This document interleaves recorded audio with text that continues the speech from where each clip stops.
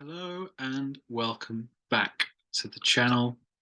Welcome back to another quickfire deep dive. It's been a while since one of these. The New Pornographers was the first one. And here we are with the next one. Townes Van Zandt is the artist I'm going to be talking about. If you haven't watched the New Pornographers episode, this is basically a series where I take a discography, go in solo, and just sort of give my first impressions of all the albums, talk about favorite songs, etc. Just a sort of compact presentation of my thoughts. So, I'm not going to waste any more time. My number nine albums to rank for Townes, is his final album, No Deeper Blue, from 1994. You get a lot of different sounds with Townes Van Zandt. It's usually in that country folk realm. And this is the country full band sound up to the max like never before. He was working with a lot of Irish folk musicians. I have a big issue with this album, and that is the booming reverb-soaked drums that fill some of these songs, especially the opener of Song 4, which has some nice moments. I can't really enjoy the song because of those stupid drums. Phil Donnelly's production choices plague the entire album. Especially the first few songs. The whole has some great lyrics, but it's like spoken word and backing track sounds like Phil Collins. It's just not what you want from Townes, really. I do really like the track "Hey Willie Boy." I think that's a really good song. And then you get like Billy Boney and Ma, which has the line about the best baked beans you ever had, delivered in a Texas drawl. So odd. Yeah, it's kind of a shame that this is the album he went out on. All of his albums are quite concise, and then this one is like 50 minutes, and it's not the best. It's not terrible. I'm giving it a 5 out of 10, but definitely stands as easily the weakest. My number 8 is his 8th album. So we've got his last 2 albums out the way here. At My Window from 1987. I got this as a 6, so quite a bit better than No Deeper Blue. There's also some strange production choices on this album. A lot of saxophone, which was really not what I was expecting. His vocals sound a lot more worn on these 2 albums than they did beforehand, because obviously there's a big gap between the album before this and this one. There's nothing too captivating about a lot of these songs. But there's some lovely fiddle work, some very tasteful mandolin throughout. There's an updated version of For the Sake of the Song, which is a song that appears 3 times throughout the discography. This is definitely the worst version. The differing rhythm is interesting, but the saxophone, not really what I wanted in that song. Ain't Leaving Your Love occasionally has a song that really reminds me of Bob Dylan, and that's the song on this album. I was aware of the song Buckskin Stallion Blues before, and yeah, it is easily the best song on the album. Really strong song. Yeah, mostly a collection of passable songs, a couple real gems, but overall definitely the weakest he put out up to this point. Now we're getting into the good stuff. Spoilers: I've become a Townes Van Zandt fan. Maybe not a super duper fan, because I feel like he's very much a when the mood strikes artist for me. When you're in the mood for his music, a lot of these albums are going to hit the spot. So my number 7, we're not going to go with his 7th album. We're going to get out of this reverse chronological order. And I've gone with High, Low, and In Between, his 5th album from 1972. Got this as a 7 out of 10. This title pretty much sums up this album. Lots of highs, lots of lows, and in-betweens. The opener, Two Hands, I mean, good for Townes that he found God and everything, but I got one heart and I want to fill it up with Jesus is not the kind of lyrics that I'm coming here for. It's kind of weird. It's back-to-back albums, the one before this as well, where the opener is the worst song.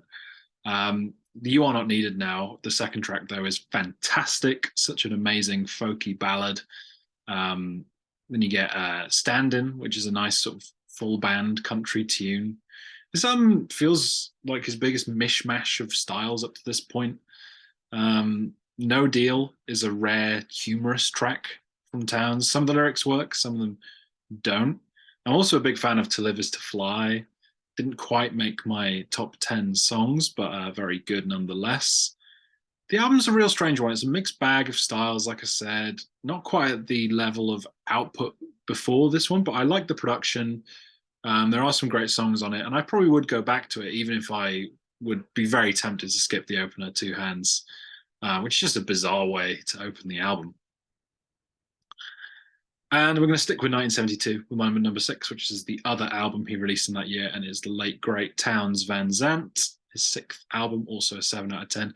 I can't help but think if he would have just made one album with the best songs from this and Highline in between, it would have been amazing. I think No Lonesome Tune is actually a really good way to open. I really like Sad Cinderella as well. And then German Mustard, bit of a misfire for me. Don't Let the Sunshine Fool Ya is a pleasant sort of summery song. Honky Tonkin, another dud. The chorus really sucks. That's all I can say about it. But again, you just get some really nice songs to really make up for that. Fraulein is really nice. Pancho and Lefty is one of his best songs. Great poetry. If I Needed You, it's a nice song. Really like Heavenly Houseboat Blues as a closer. Again, just quite disjointed at this time. You know, he was trying different things, and maybe earlier in the discography, I was thinking, oh, I'd like to hear him try different things. And then when he did, the quality also dipped. So, yeah, the late great Townes Van Zandt is my number six. And then the top five for me is the real meat of the discography, the real excellent albums. Those albums have some essential songs on them, but these albums coming up are the big ones for me. My number five is his debut, For the Sake of the Song, largely considered a false start. Most of these songs were remade later as a very sort of reverby 60s sound. And I won't deny that a lot of these songs are seen, better versions of them later on. I think four of these songs are on his self-titled album, Quicksilver Daydreams of Maria, which I do really like this version, but it would be better later on. I'll Be Here in the Morning, same sort of thing. Waiting Around to Die, actually, I preferred this version. It's one of the few songs where I like this version better than the self-titled version. Tecumseh Valley, similarly Restrained, really great song. Many a Fine Lady has some cool production touches, nice organ. Sad Cinderella, another song that he would take later on. Then you get songs like Velvet Voices, which are a little bit overproduced for my money, which would not, and a song that wouldn't be picked up again later. Neither would Talking Karate Blues, which started off kind of fun. And then, oh boy, some casual racism shows up and rears its ugly head. And yeah, not so sure about that song. But I think the big standout of the album, in terms of the songs that don't appear elsewhere, is the closer, 16 Summers, 15 Falls. Love the guitar and the lyrics. A lot of songs on this album kind of fade out really early, which I find a bit odd, and that's definitely one of them, but great song. I am going to go with an 8 here. It's a low 8. I think it's a very solid intro to his discography. There are some teething problems here and there, but it's just a great straight through listen. And whether you think that these, like the best songs on here, like the title track as well, it's a good version on this. Whether you or not you think that those versions are better later on, I still think this album deserves the credit for giving a unique spin on a lot of them compared to what he would do later. My number 4, this album is usually put in his top 2. It's Our Mother the Mountain.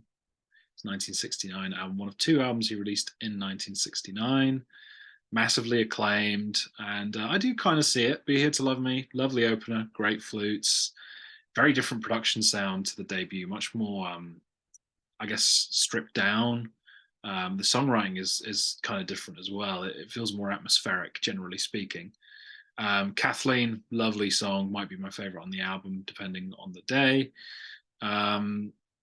Like a Summer Thursday, delightful, really soft and delicate. Just sounds like a summer Thursday.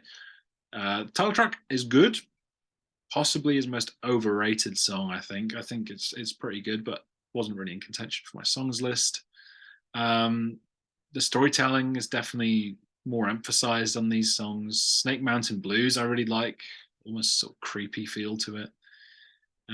Yeah, it's way more consistent than the debut. It doesn't have that noticeable dud. I think the sound works better for Townes. I don't think it's leaps and bounds ahead of the debut, though. I think the album that would come after this, the second album of 1969, would be the one where he really sort of establishes himself as the sort of new face of folk.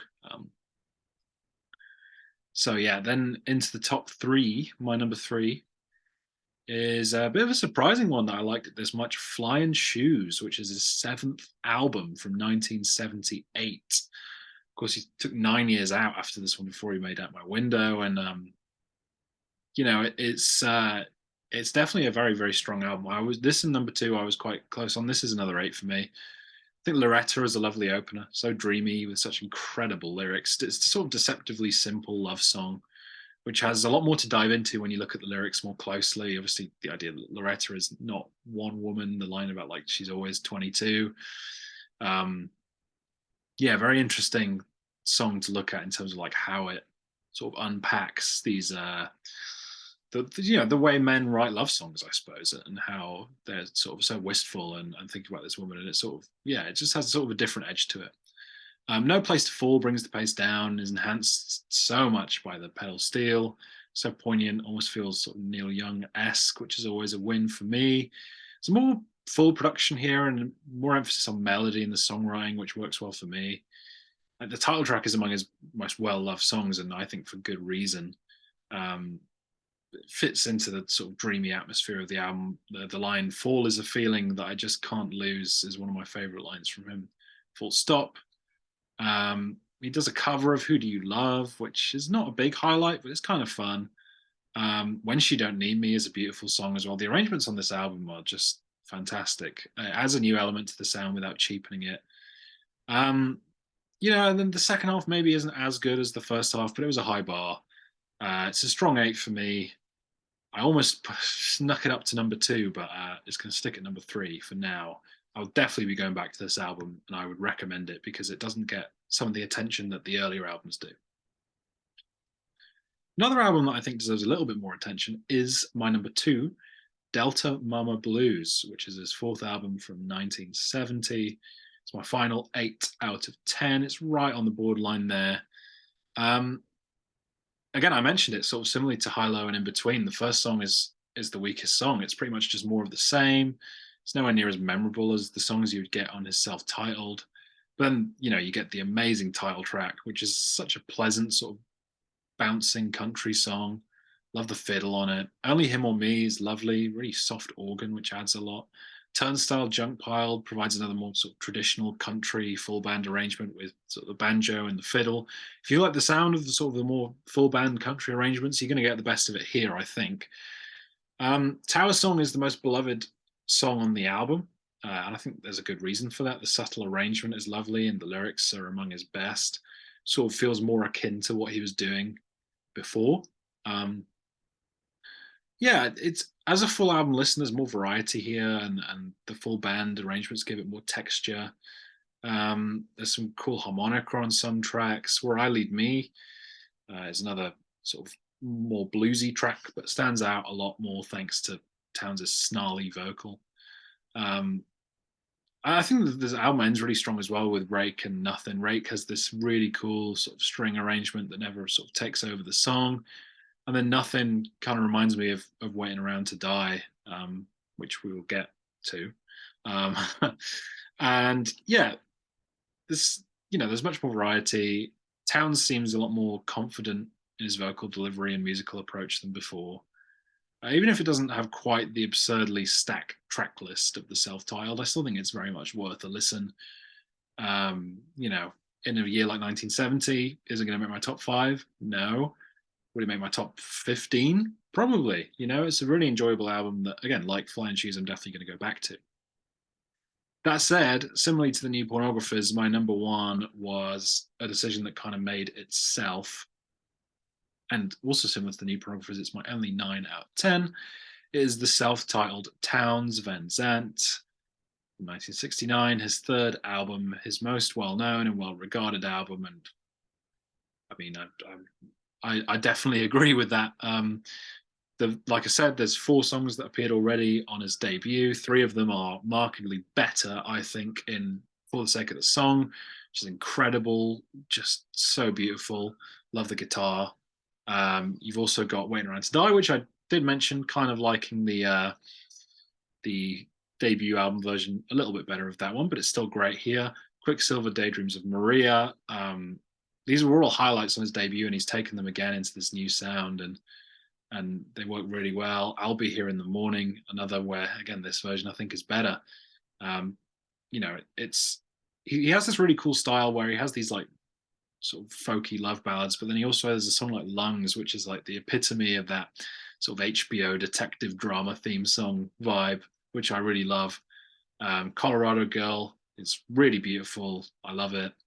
It's just there's not really a weak song on the album. Columbine has this sort of like uncharacteristically perky guitar part, which I really, really love. I really like the closer number, The Rain, as well. It's his signature work for a reason. It's like 34 minutes. It's incredibly cohesive. There are really no weak spots. Maybe you could point to a lack of variety, but you know, I don't see that as a big issue, to be honest. I think it works really well as an album. Um, his acoustic guitar playing is fantastic. I haven't mentioned that yet, but that's definitely a big high point of the discography. And yeah, self-titled Townes Van Zandt. If you've not heard it, what are you doing? You got to go hear it. It is a classic. All these songs feel so familiar from the first listen. Even when I was hearing them on, of course, on the debut album, they felt so familiar already. He has that sort of very classic way of songwriting, which I really appreciate. So yeah, self-titled is my number 1. How about songs? Just want to shout out 2 songs quickly. Waiting Around to Die and Buckskin Stallion Blues both just missed my top 10, but what does make it? I will have to specify what albums these are from because a lot of these have different versions, but my number 10 is the version from the self-titled Townes Van Zandt album of Quicksilver, Daydreams of Maria. My number 9 is Loretta from Flyin Shoes. My number 8 also comes from the self-titled Townes Van Zandt album Columbine. My number 7 is Delta Mama Blues with the title track Delta Mama Blues. My number 6 is actually from the live album Road Songs. I've got his cover of the Rolling Stones song Dead Flowers, which was the first Townes Van Zandt song I ever heard in the Big Lebowski soundtrack. And yeah, it's better than the Rolling Stones version for sure. My number 5, back to the self-titled, I've got Lungs. Number 4, from the late great Townes Van Zandt, is Pancho and the Lefty. Number 3, self-titled again, I'll Be Here in the Morning. Number 2, I've gone for the self-titled version, but also the version from the album this song takes its name from is also great. I've gone for the sake of the song. And then my number 1, another title track, Flyin Shoes from Flyin Shoes, which, yeah, if you've not heard that song, definitely go check it out because I think it's the best he ever did. So thank you very much for watching. If you are not familiar with Townes Van Zandt, I would recommend you start with his debut, actually. I think it's a pretty good way to sort of get yourself interested in the material, even if sort of sonically it might not be something that you're crazy into. You could also start with obviously the self-titled album, which I think would be a good place to go, and make sure you don't miss Flyin Shoes and Delta Mama Blues. I think both those albums are pretty underrated and definitely worth checking out. So if you don't know Townes Van Zandt, I'd love to hear if you did dive into his stuff because of this video. If you do know Townes Van Zandt, please tell me about your history with him, and you know, obviously this is just a first time listener experience here, so I'll be interested to hear what you guys have to say. The next artist on this series is going to be the Lemon Twigs, who of course just came out with a new album. I'll be ranking their 4 studio albums, so that'll be a lot of fun. But yeah, hopefully you enjoyed the video, and hopefully I'll catch you soon.